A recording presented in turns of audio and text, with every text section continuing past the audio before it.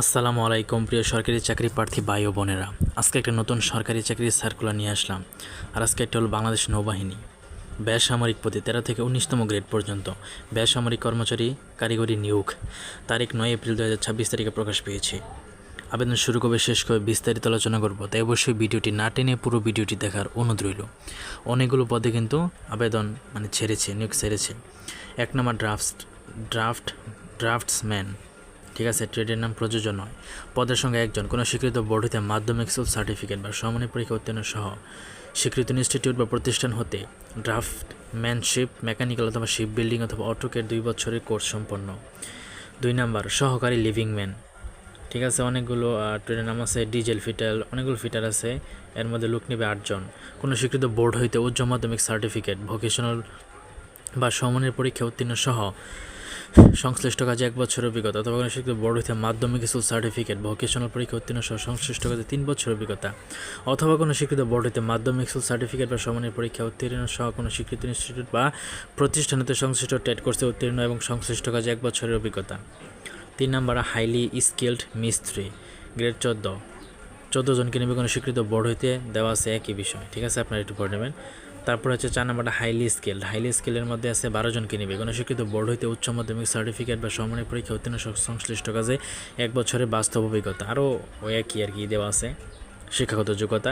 তারপর highly skill 22 জনকে নেবে, কোনো স্বীকৃত বোর্ড হইতে আবার একই বিষয়, আপনারা একটু পড়ে নেবেন, একটু আছে। তারপরে স্কিল্ড গ্রেড হচ্ছে 25 জনকে নেবে, কোনো স্বীকৃত বোর্ড হইতে মাধ্যমিক স্কুল সার্টিফিকেট বা সমমানের পরীক্ষা উত্তীর্ণ, কোনো স্বীকৃত ইনস্টিটিউট বা প্রতিষ্ঠান হইতে টেট কোর্স সম্পন্ন। আচ্ছা, এরপর আছে সেমি স্কেল 23 জনকে নেবে, শিক্ষাগত যোগ্যতার পড়লাম না, দেখতে পাচ্ছেন। তারপরে সেমি স্কিল্ড আবারও 5 জনকে নেবে, শিক্ষাগত যোগ্যতা দেখতেই পাচ্ছেন। এখন আমরা পড়ব আবেদনের নিয়ম শর্তাবলী। 18 থেকে 32 বছর হতে হবে আপনাকে, এফিডেভিট গ্রহণযোগ্য নয়। এবং কী কাগজপত্র লাগবে? সকল শিক্ষাগত যোগ্যতা অভিজ্ঞতার সনদপত্রের মূল কপি প্রদর্শন করতে হবে এবং এক কপি মানে সত্যায়িত ফটোকপি লাগবে। এটা কিন্তু মৌখিক পরীক্ষার সময় লাগবে, ব্যবহারিক ও মৌখিক পরীক্ষার সময়। খ নাম্বার আছে পূরণকৃত সহ প্রথম শ্রেণী গ্যাজেটেড কর্মকর্তা কর্তৃক সনদপত্রের 1 সেট ফটোকপি, 3 কপি পাসপোর্ট সাইজের সত্যায়িত ছবি কিন্তু আপনাকে দেখাতে হবে।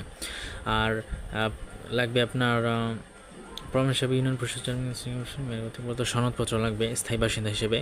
তারপর আপনার লাগবে হচ্ছে চারিত্রিক সনদপত্র, নাগরিকত্ব সনদপত্র, এগুলো লাগবে। তারপর আপনাকে লাগবে এগুলো লাগবে আর কি, আর নিজের আইডি কার্ড, মা বাবার আইডি কার্ড, এগুলো আপনি সত্যায়িত করে নেবেন, ঠিক আছে, এগুলো না বললেও করে নেবেন। তারপরে এখানে আছে, এরপর আরও কিছুই দেওয়া আছে কীভাবে আবেদন করবেন। আবেদনও যারা করবেন এটা আমি জানি অনেকে জানেন, ঠিক আছে, তো যারা না জানেন ইউটিউব থেকে দেখে নিতে পারেন। আর কোনটাতে কত টাকা লাগবে? 1 হতে 5 নং পদের জন্য 112 টাকা লাগবে এবং 6 থেকে 8 নং পদের জন্য 56 টাকা লাগবে, ঠিক আছে। 72 ঘন্টার মধ্যে পেমেন্ট করতে হবে আবেদন করার, ঠিক আছে। তো এটাই আর কি ছিল। এখানে আরও কিছু দেওয়া আছে, আপনারা একটু পড়ে নেবেন, আমি স্ক্রল করে নিচ্ছি, আপনারা একটু পজ করে পড়ে নেবেন।